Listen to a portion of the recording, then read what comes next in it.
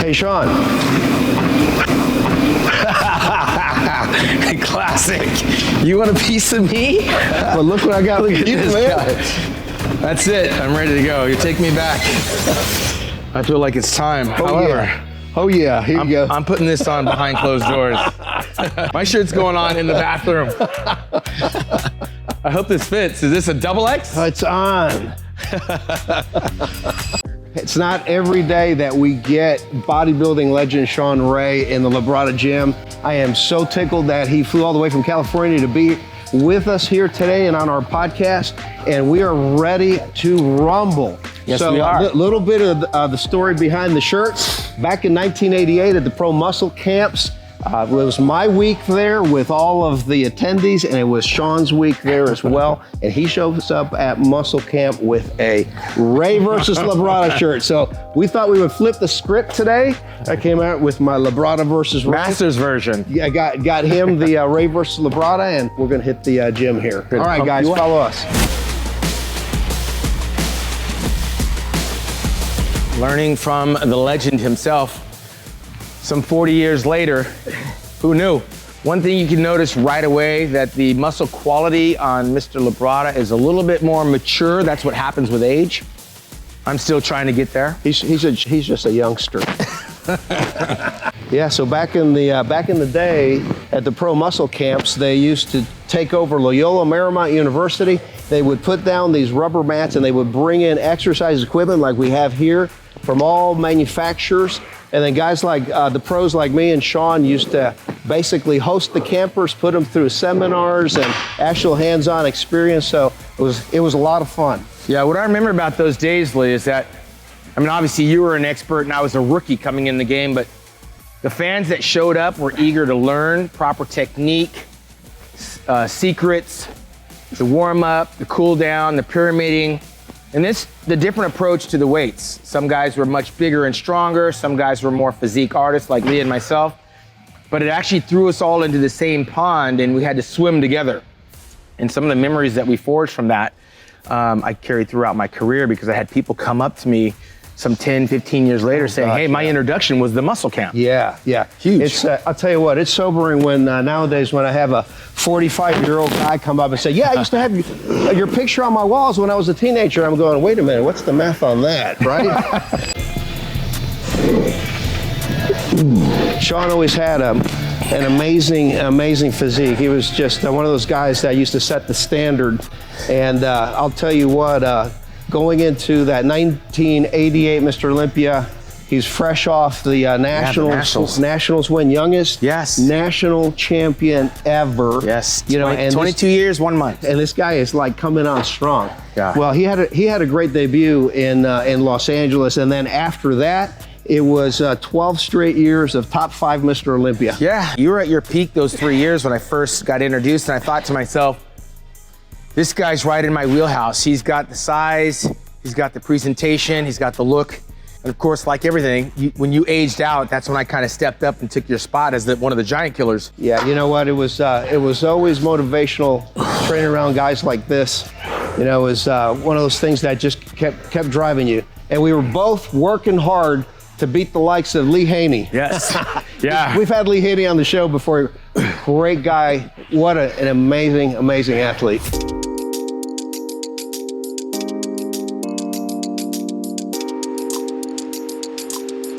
Sometimes you don't know where you're gonna go until somebody actually breaks the glass ceiling. And that's exactly right. You know, Labrada came right behind Muhammad McCalloway, who opened that door. And prior to that, we had Chris Dickerson in 1982 win the Olympia, and Franco Colombo in 1981. So I thought I was in good company coming up with the shorter guys. And of course, Lee Haney became the spoiler. And so I had to measure my progress against the next great short guy, which was you and Gaspari. Well, Shawn was one of those guys that really paid attention to posing, you know, which I think is a lost art. And in Shawn's own words, a lost art. Yes. Also, one of those things that really needs to come back to modern bodybuilding. And you know, we're hoping to see guys put more time into their presentation. You know, certainly the guys back in the 80s and 90s did. Yeah, I mean, the look is everything. This is all we have on YouTube now, is to go back and look at those routines. And I think some of the guys today, when they go back 10, 20 years like we have, and they look at what they did, they'll wish they had a do-over. They'll wish they put a little bit more time and effort. Because I can watch the guys from the 80s and the 90s timelessly. You know, the performance is all you have. That's it. You know, it's your signature. Captured on film, you know, because back in our heyday, we're in our 20s and 30s. You know, now we're approaching our sixth decade. Yes. And so now you look back and you go, okay, well, this was captured on film, and this is something that it can inspire generations to come. You know, that's why I always did my posing to classical music and things that weren't from that time period specifically, so that I didn't date the oh yeah, I remember you like matador movements and stuff. Those movements you did were iconic because you just, first of all, you couldn't tell how tall you were or how big you were. But the flexibility in your routines, it was on a different level. Because you see the guys, the bigger they get, the less they move around, the less lunges that they get into, the less artistry that they displayed. And your signature was moving from one pose to the next, which I bit off of you. And I know we had some guys before us. Yeah, like Ed Corney, Muhammad McAway. Well, John Brown told me something profound. He introduced me to bodybuilding. He said, it's not how you look that they're gonna remember. It's how you make them feel. Yes. And yeah, winning is everything, but if you can move the audience, they'll never forget you. One of the main compliments I get was exactly what I was striving for, was how I made them feel. Yep. Yeah, you got to make them feel something. Exactly, baby. All right, man. I'm following you. All right, let's go do some triceps here.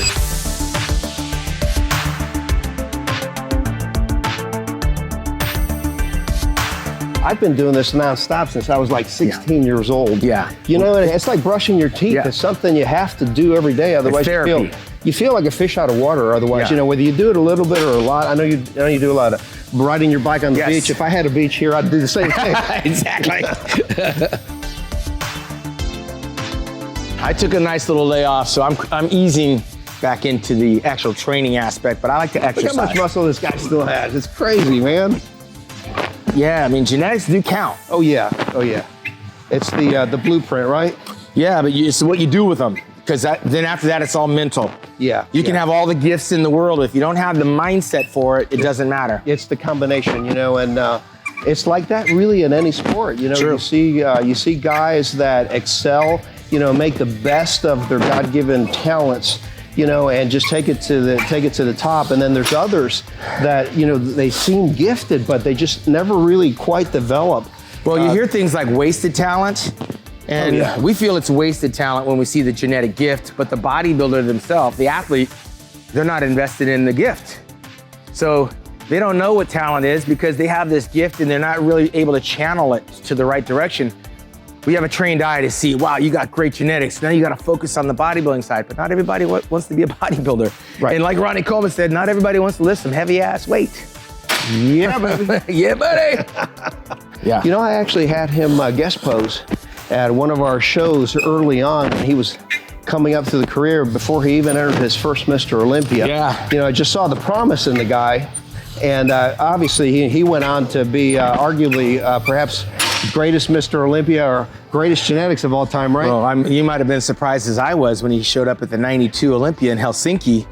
He came up with Vicky Gates and I thought, what are you doing here? I forgot that he had earned his pro card by winning like the universe. One of those universe titles qualified him. That's right. And I did not have an idea that he was going to be competing. He got dead last. Yeah, well, and you know, to his credit, he didn't give up. Yeah. You know, he just kept getting better and better and better and eventually won the thing, you know? Now, Shawn, I got to ask you something, man, because I remember what it was like for me the first time I stepped on that Mr. Olympia stage.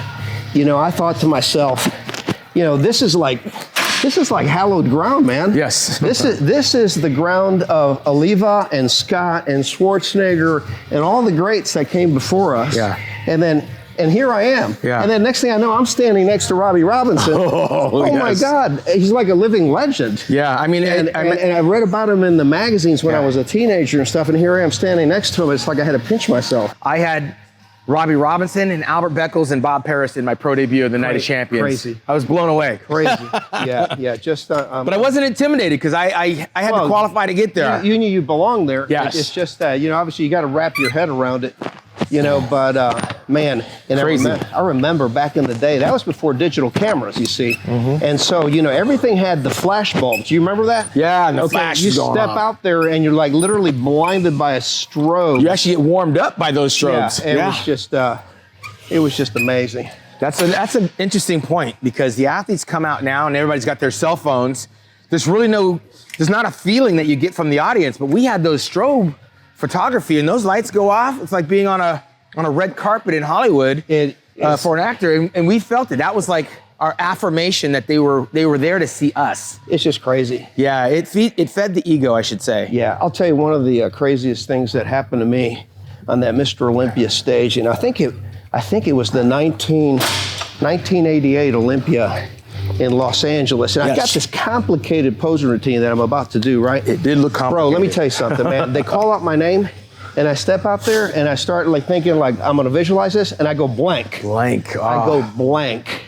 And I'm going, oh my God. Here we go. But I'm gonna tell you, I had practiced so much. You fell right in. That it was almost like an out of body experience.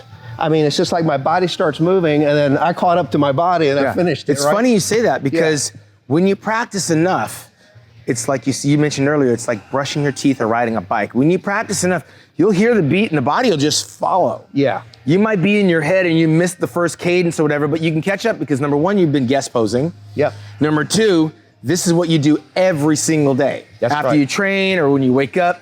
The posing is just as important as the breakfast in the morning. That's right. As the workout in the afternoon. And when you get into that cadence, your body will respond when your mind doesn't. And that's an interesting point. That's happened to me many times. And people go, wow, that was a great routine. In my mind, I'm going, I screwed that up from the beginning. One of the craziest experiences that I ever had was when I did the Greek Grand Prix in Athens. Greece. And in Greece, right. Yeah. And it was an outdoor stage, and it was hot, you know, it was just Of course, Greece. And the stage, being a black stage, it had absorbed all the heat from the sun. Right. And it literally, it's like, we felt like our feet were frying, right? By the end of the competition, no exaggeration, we're literally all standing in a puddle of sweat. Wow. And some of the guys kept getting worse and worse, and some of the guys kept getting better. Yeah. I was one of the guys that kept getting better. Sure. You know, but it was just the craziest thing to literally be standing in a pool of sweat. Yeah, it's crazy because the bodybuilder doesn't prepare for the nerves that are actually gonna hit you when you look down and you see a familiar face, when you look out and you see a sea of faces looking back at you. Oh yeah. There's an adrenaline rush, there's a cortisone levels that pop in. That doesn't happen when you're in your kitchen. No. Or when you're in your basement, or when you're in the gym. And the level of anxiety and anticipation, all of those things come together. And if you're holding water, it's gonna come out. There's nowhere else and some guys look better with the nice little sheen, and some guys, they just fall apart because of the color on the body. Oh yeah. So you gotta be careful with that. Man, whenever I was getting ready for the Mr. Olympia, you know, the last 8 weeks, it's almost like all I could think about, you know, and it was just like everything that I did, it was like, is this helping me to win Mr. Olympia, or is this hurting me from winning Mr. Olympia? And that's the structure you need. I mean, it was just like this, Yeah. right? You know, and at night, it's just, I'd literally have to try to turn it off, you know, because otherwise I wouldn't sleep, you know? That meticulous attitude you had towards bodybuilding, you've now used towards the Labrada Nutrition brand. You know, and this is a reflection of who you were here. Thank you for that. You know, All of that. it's funny because the things that you learn being a competitive bodybuilder can be applied to almost any discipline. And it really comes down to that word, discipline. Raising kids, holding a family, all that Raising stuff. kids, you know, running a business, you know, just the ability to do things repetitively day after day. Where most people fall off. Yeah, even whether you want to or not, you know, and it's just because you're working towards a goal. You know, that's what discipline is all about. Well, isn't that what we expect out of our military servicemen and women? Yes, sir. And they do. They show up every day. We're proud of those guys. Yeah, when they come out, man, I mean, those are the people you want to hire for workers because they get it. Yeah, right? yeah, that's right. They are blue collar workers and they get it. They're showing up.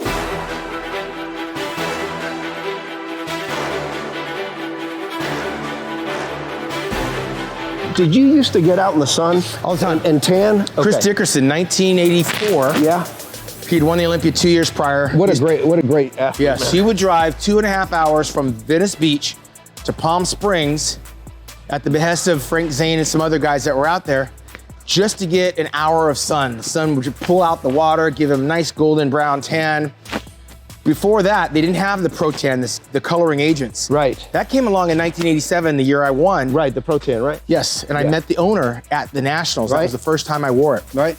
But I already had a 5-week base tan getting color. Half hour on the front, half hour on the back. When I applied the paint, it absorbed into my skin with the natural tan. So it was always recommended to tan first. You always had a great color. Thank you. You know, and I'm a believer in getting some sun also. Base, yeah. You know, as a base tan before you put the the coloring agent on, the Pro Tan and that kind of a thing. I think that it always works better. It always worked. It served you well. With your Cuban descent, you already had a nice little tan. I always used to.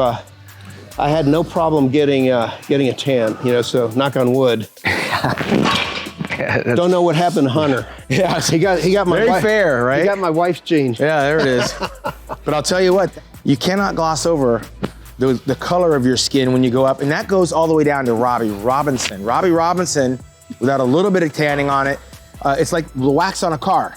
You can have a Ferrari and it looks badass, but when you shine that sucker up with wax, it sparkles. Yeah, and with deep color, I was with Robbie one time, he was guest posing, and he didn't put the oil on his skin. Really?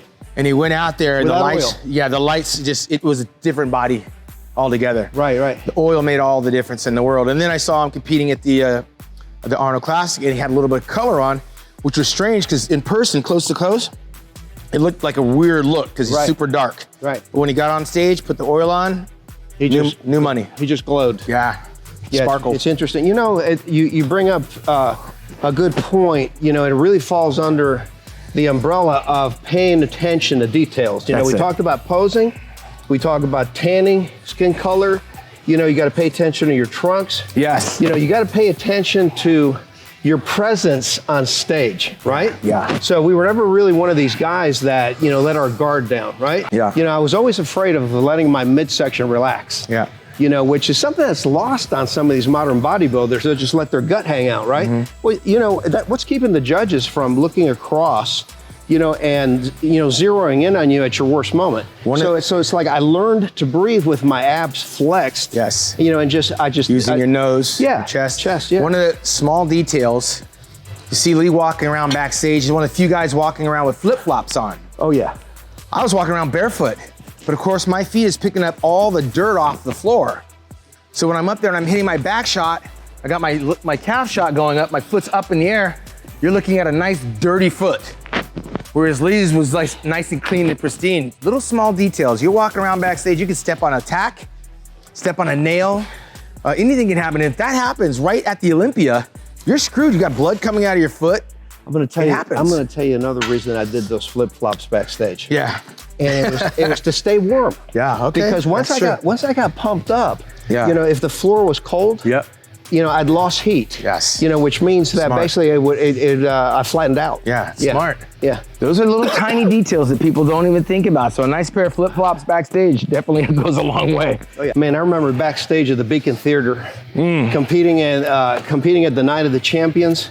And I kid you not, it wasn't much bigger than a closet. Right. You got all these enormous bodies, crammed into this small space. You remember what it wasn't made for a lot of people backstage. It wasn't made for a lot of people. But it was a great theater. I mean, that was one of the best shows on the planet we had. It's a great venue.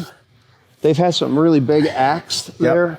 And that was the site of the original Night of the Champions, which evolved into what we call the New York Pro now. Right. I wanted to ask you, so the advantage of doing them underhand as opposed to overhand. Yeah. I've always liked them because I feel that they put the upper arm bone into a position where I can really get a really nice pull into the lat. Yeah. Versus out here, it seems to work my upper back more. Yeah. So do you feel it in the middle back in here? I feel it right in here. Right. Yeah. And this one's a little bit more out. Yeah. Okay. Yeah. You know who was really big on the underhanded was Mike Menser and even Dorian. And Dorian, Yeah. I always had problems holding on to. Is this right here? Yeah. That's typically how I do it right there. Yeah, I feel a little bit more in the middle back. It's not every day I get to feel Shawn Ray's lats. That'll be $10. There you go, buddy. Were you big on getting massage therapy at all during your career? I would get massage once a week. Yeah. You know, and I know guys that do it more often than that. I think that it's necessary if you're competing, you know, at our level. I loved it. It was a great way to break up that tissue and lactic acid. Oh yeah. And my recovery time was so much more. It wasn't nothing lengthy, 20 minutes. Yep. Just to loosen up. Yeah, it's awesome.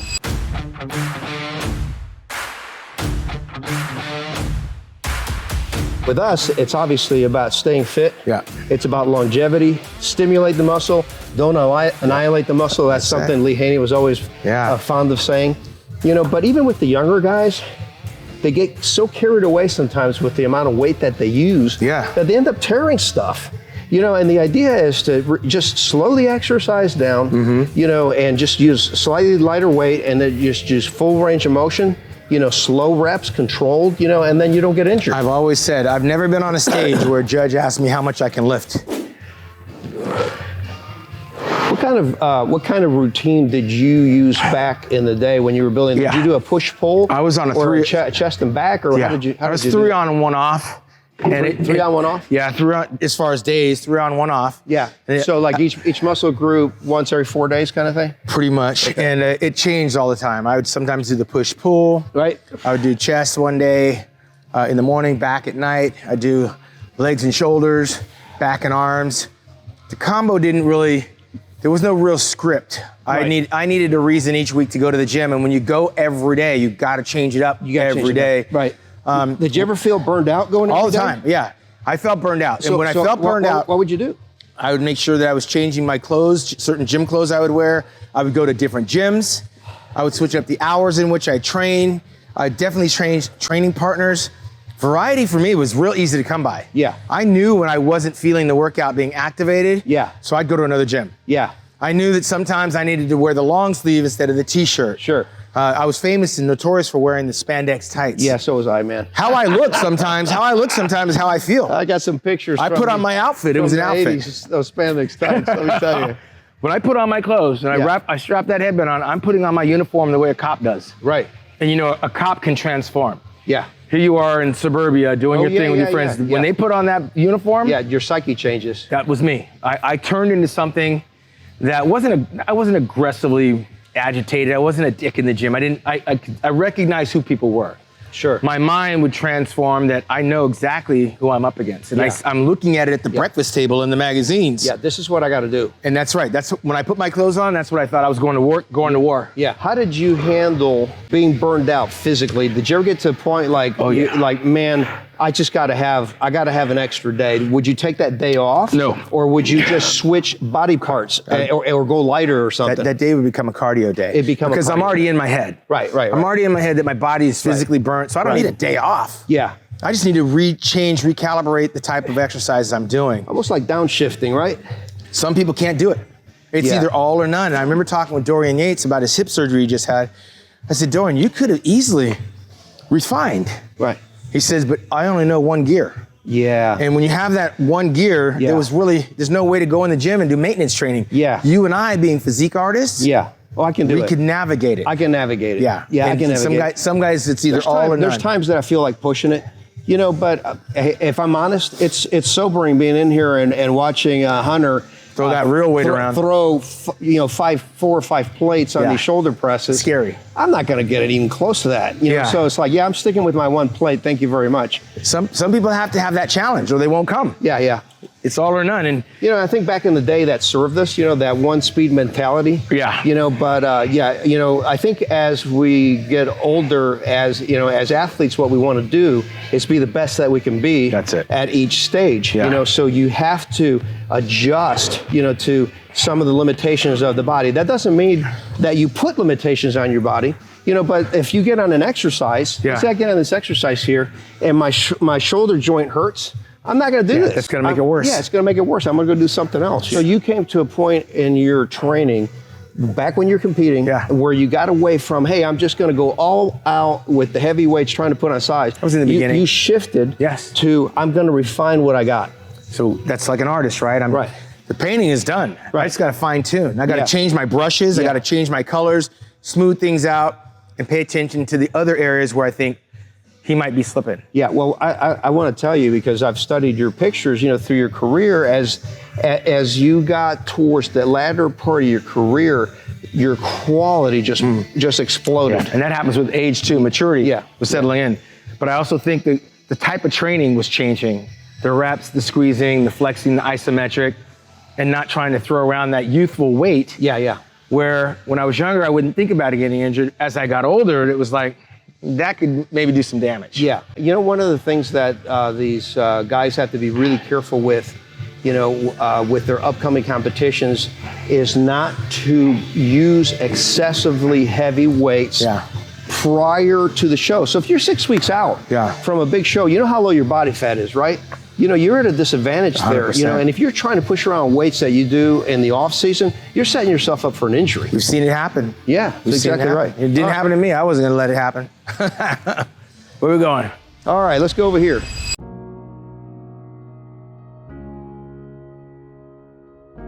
Back in the day, I was doing a lot more barbells and dumbbells, and I would use the machine selectively. But if truth be told, the last few years, I've been using a lot more machines. Of course, now. And the machines have gotten a lot better. Yeah. You know, but I like the control that the machines give me. Yeah. You know, that's not to say I won't do barbells and dumbbells. Yeah. There's a lot to be said for doing those, because you have to develop all of the, you know, the support muscles that, you know, help to balance it and, you know, and finish the movement and that type of thing. Yeah, you know, absolutely. But there's a lot to be said for the safety of the machines, and again, the feel is so nice. Give you an example, like on this Prime machine here, you can adjust the cam, you know, which changes the force curve so that, you know, you get more tension at the bottom or the top, that kind of thing. Yeah, the stretch. You like that stretch, man? I do. It's still flexible. I've always said stretch and squeeze, right? That's my thing. Squeeze. This is very similar to a cable crossover standing up. Yep. It was a staple in my routine. That was a staple, right? The last 4 weeks. Now, were you a bench presser? Did you do a lot of bench presses? Not so much. I would do it, but it would never be my first exercise. Right. So that way, I pre-exhaust the muscle. These horror stories, like even back in the day, the May, and Leverone, you know, with the pec tears. Wait, Leverone, DeMay, Gaspari, John Brown. Those are my big four. Yeah. And they were very close to me. All had bench presses, right? Correct. Yeah, I don't like bench presses, incidentally. Yeah. You know, and Hunter won't do them either. Yeah. You know, once you've seen that, not with a flat like a flat bar. Yeah. Yeah. Once you've seen what it can do, there's no coming back from it. Yeah. So I didn't start with bench because I never wanted to gauge my strength or my progress on how much I can bench. It's a number, and I'm not a power lifter. Right. And once you get that out of your head, then you'll realize that bench has a certain function, but it's not the primary when it comes to chest. Yeah, as a bodybuilder, like you said earlier, you know, the judges are not going to ask you how much you lift. No. Or how strong you are. You're developing the muscle in the gym, and the weights and the machines are just tools. Yeah. You know, so sadly, people that get involved, they don't understand that concept till later on or until they experience an injury. Yeah, I will tell you that over time, the majority of the injuries that I have seen in the gym, where I would say 80% of them were the result of bench presses. Yeah. You know, so I would encourage you guys to try the dumbbells, even if you got to go to heavy dumbbells or the machine presses and the like, rather than do a straight up bench press. What was your ab routine like? Yeah, I did abs 3 days a week. Like it was a Monday, Wednesday, Friday fitness workout. I'd pick 3 exercise. I'd do 25 reps per set. Okay. And I'd do 3 sets per exercise. So total of 9 sets and 25 reps per set. Pretty much. And it wasn't something where I was trying to develop the abs. The abs are always there. Yes. What I needed to do was diet down in order to see them. Yeah. I wasn't trying to build my stomach by doing 1,000 sit-ups and crunches were gonna, the abs were gonna come in through me dieting down, burning them off on the cardio. So what do you think? Practice flexing. What do you think of the old school approach? Like if you talk to the old timers like Frank Zane, and I've trained with him before, you know, these guys used to do like 1,000 reps back in the day. They had nothing else to compare it by. Right. Because sometimes less is more. Yeah. And even Dorian said that with the Mike Mincer training philosophy that fewer sets, fewer reps, longer rest periods. It worked for him. Once you stimulate the muscle, you have small calves, so you think 1,000 reps are going to be better than 25 reps. Yeah. If done right, you can get the same result because you have to feel the muscle. Yeah. Some people will do sit-ups and they don't feel the sit-ups because they're doing them wrong. Because they're doing them wrong. Yeah, they pull their neck up like this, and there's a certain technique to it, but you burn the body fat off. Everyone has abs. Yeah. If you have a nice core. Yeah. And mine weren't something I wanted to be big and bulging. Yeah, so you just wanted to shape them, sculpt them. You see that when I burn off the body fat. So did you do a lot of crunches and? I did crunches, I did leg raises off of a flat bench, and I did knee ups off of a flat bench. Okay. Those are my favorite 3. I didn't like the ones where you had to hang from a bar. Yeah. My grip is really weak. Hanging leg raises. Yeah, I had to wear straps. My grip sucked. Yeah. So I had basically 3 hardcore ones, and every once in a while I do the one arm at a time to try to get my intercostals. It's funny, I did those too. I would do them after I did my my regular crunches. You know, I would just kind of shift my hips on the bench. Yeah, and I hit would the side. Just squeeze in here. And I would exhale. I would blow it out the way I would hit it on the stage. Yes. But I knew in my mind that those abs would show up. Yep. By doing the repetitious cardio and bringing down my caloric intake and carbs. You had great abs too. Thank you. What was that show that you did where you did one of the Olympias, you had kind of a matador routine? Oh yeah, that matador routine. You know, I actually worked with a Spanish dancer when I was in Spain visiting Rafael Santoja. Yeah, and, so was that the 89? I don't know. So that would have been, I want to say that might have been 91. 91, okay, yeah. Yeah. That was nice. Yeah, that was elegant. I'm gonna say elegant. You don't ever hear that word when it comes to posing. Thank you. Well, that was my most complicated routine ever. Yeah. You know, in terms of timing. I could see that. Yeah. I can appreciate it. It was definitely something that stretched me in terms of capability. I really had to practice that one hard. Yeah. Yeah, whenever you're trying to get those complicated moves, you just don't see them being duplicated. By the way, I've never seen someone duplicate it. And that's probably why. It's a very difficult routine. You know, it's interesting because I had Terrence Ruffin. Yes, Terrence Ruffin. Yeah, here, fantastic classical physique and poser. His posing is amazing, right? Oh yeah. And so I had him in here, and he trains in here sometimes. And you know, we were talking about that routine, and you know, we were just kind of going through some of the you know, the movements and that kind of thing, and I couldn't do it. It's like, you know, it's been 30 plus years. Yeah. You know, it's like it's not something that I practice every day. I can knock the rust off and get it back.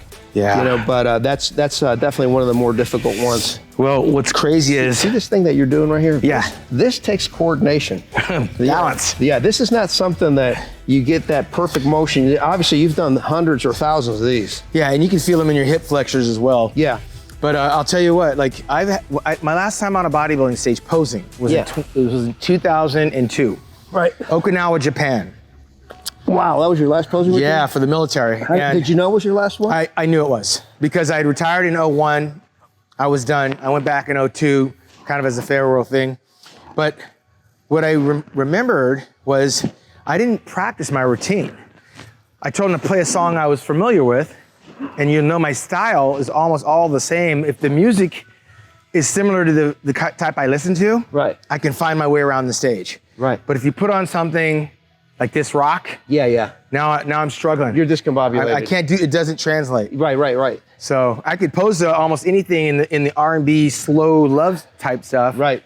But when you get me out of that, I tried it once in '93 at the Arnold. I did Aerosmith. Something different. And I tried to run across the stage. Just you didn't feel it. I didn't feel it. It felt forced. It felt fake. It wasn't very authentic. You know, you got to feel it, man. And when it comes to posing, you know, you got to pick something that resonates with you, with your spirit, with you. Yeah. You know, that's part of being an artist, right? Yeah. You know, and that's just part of your thing. You know, and part of your persona, and that should come out in the posing. 100%. You know, you remember when Vince Taylor did the Terminator pose? Yes. You know, that robotic looking thing? I think our names were in the routine in '91. He's like, Labrada Shawn. He said my name too. I'm like, holy crap. And he took us both out. Oh, man. Yeah. He had a great physique. Yeah, he did. Yeah, he had a great physique. And he had a good style because he had a little bit of John Brown in there, which is similar to me. And then he mixed it up and do his R&B, hip hop type thing. Today we have no style. I don't think there's anyone on the stage in the Olympia that actually has a style that we can't wait to see. If they had a best poser award, it'd be a tough award to give out. You know, one of the we had select individuals back when we were coming up that could have won that. One of the guys that I think had a style was Kai Green. Kai had his own Kai style, had his own thing. He thought about it. And I think he was a great poser. By the way, he was an artist, so that's where that comes from. Yeah. He was a phenomenal poser. And the thing about it is a lot of us didn't appreciate it because he was the only one doing what he did. So it's out of the box. It's like, what's he doing? It was out of the box. Yeah. But that's that artistic expression, right? It came through loud and clear because we miss it. Some of the classic guys are getting better and better. That's where you see the routines. Yeah, that's where you see the routines, right? Yeah. The effort, the thought process is in the classic. I don't know why the bodybuilders aren't watching. Yeah, they really should. And they need to reward that, Yeah. We talked about that before, that the posing round, it used to just kind of be an afterthought, right? Yeah. They would do the comparisons, symmetry, muscularity, the comparisons and stuff, and then just kind of carry that score right through the posing round. Even if you didn't think it was being scored, you thought you were being judged. Yeah. If nothing else, by the people. Yes. And then by the peers in the back. I used to stand around the monitor backstage. Right. When the guys were on stage, I want to see what I'm up against. Yeah. Now they don't even care. They don't care. There's nothing to see here. Keep it moving. But the reason to do it is what you said earlier. For posterity's sake. Because that's what they will remember you by, and it leaves the audience feeling something. Yeah. And I will tell you this. The judges feel things also. Sure. When you see a physique in a static pose, it's one thing. But when you see a physique moving, transition, now all of a sudden it's just like, wow, 3D. That was beautiful. And don't think for a second that that's not in their head. 100%. When they're scoring you on the static stuff. Yeah, they're people. Part of the attraction and the love affair with this sport was how it was presented to me and by the people that presented it. Right. Because the people that took the time out to present it, they got it. They understood what they were doing. They took the time and effort to do the research, to select the music, to get the posing trunks, to get the meticulous.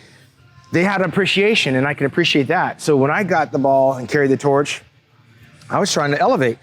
Flex Wheeler was coming behind me, Chris Cormier was coming behind me, Kevin Lavroni. Right. And they'll all say that they watched and they learned. Yeah, and those guys were good posers too. The era after them dropped the ball. Yeah, they started dropping the ball. But do you think that's also a function of them not being rewarded? 100%. It's like if well, we weren't rewarded either. There was no financial incentive, but in our mind, we had a consciousness that this is our work. This is our legacy. We got to give them what they want. 100%. Yeah. 100%. Now these guys don't feel like they have to. Yeah.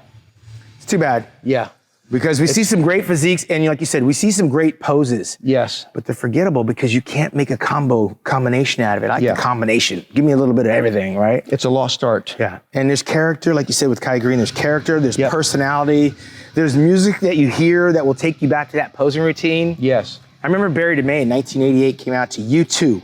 Yes. U2 was like at the top of their game, and he came out and he's transitioned from one music to the U2 came in, and it was just a great transition. Yes. I'm like, every time I hear the U2, Barry DeMay comes to mind. Yeah. That's crazy. Yeah, he's still in really good shape. Yeah. And that's the thing about that era. Most of the guys hung on to that shape. They're still doing the business. Well, this was a good fitness routine today. I'm glad I don't have to pose. Because, I got flexibility. It doesn't look the same. This guy still has the moves. Don't let him kid you. Man, I am so tickled that we've been able to do this and catch up, get this workout, talk about all the things that we talked about, the posing and everything else. Part of the attraction for me, Lee, is obviously the footprints that you left behind for me to follow in. And I've never been able to really give you your props in person. Well, thank you. Because you were over there and I was over here. You're a little bit older than I was. You're raising a family and I'm trying to do my thing. But seeing your son carry the Labrada name back to the Olympia stage is only, I think, did Sergio Oliva Jr. get up there one time? Yeah, Sergio Oliva Jr. got up there one time. And you guys. And us, that's multiple times. Yeah, father-son team. I don't know that we're going to see that anytime soon again. Well, I really appreciate that. I was telling Hunter the other day, hey, you realize that between you and I, we have 12 top 8 finishes. Yeah, that is. Now this guy amazing. Himself got 12 top 5 finishes. But nonetheless, you got another guy carrying it. But that father-son duo, it's really the first time in bodybuilding history. And I got to tell you, for me as a father, it's almost surreal. I can only imagine. It's almost like the second bite of the apple. Mm-hmm. And, seeing the whole thing happen again. So and he's representing well, man. And the thing about your career as a Hall of Fame bodybuilder is that post bodybuilding, it's a reflection of what you did on the stage, and it's generational. And that's where you set yourself apart from literally every other person in the industry. I got mad respect for Lee Haney and what Kevin Levroni's doing, and of course what our boy Rich Gaspari. Some guys have done some very amazing guys, incredible stuff, but what you've done is on a whole nother level. Thank you. And it's nothing short of who you were coming into the business. You came in and hit the ground running. You got what, your pro card in 85? I got my pro card in 85. Yeah, I'll remind you of your career. Yeah. you got it in 85. It took you all around the world. Yep. You had 3 kids. Yep. You guys, you snow ski, you vacation. We do. You get people. We're an athletic Let me family. Let me finish blowing your horn. You got job opportunities for people that otherwise wouldn't have the jobs. You're just as ambitious in that office, man, as you were in this gym, and your physique is a reflection. Thank you, brother. Of the reason of your success. Like some people could retire and be done with it, and that's it. But you look like you can be on stage tomorrow. Well, thank you for that. I appreciate that, especially coming from you, champ. And I'm not the only one that notices. Trust me. I'm grateful to God for the opportunity that He's given us, and really what it's about, at this point is just inspiring others and helping others, and just making an impact, right? Yeah, and you are, and you're doing it. And again, I'm following your footsteps, man. I'm learning every day from this guy. One of the best to ever do it, right here. Thank you, man. I appreciate it. Likewise. I appreciate you. Love you, man. All right. All right, guys. Hey, so this has been a really, really special time with the champ, Shawn Ray. Just super excited. See, he's already posing. Here comes the pose down. This is the pose. This is what they want. Let's give them what they want, right? I still got some muscle memory here.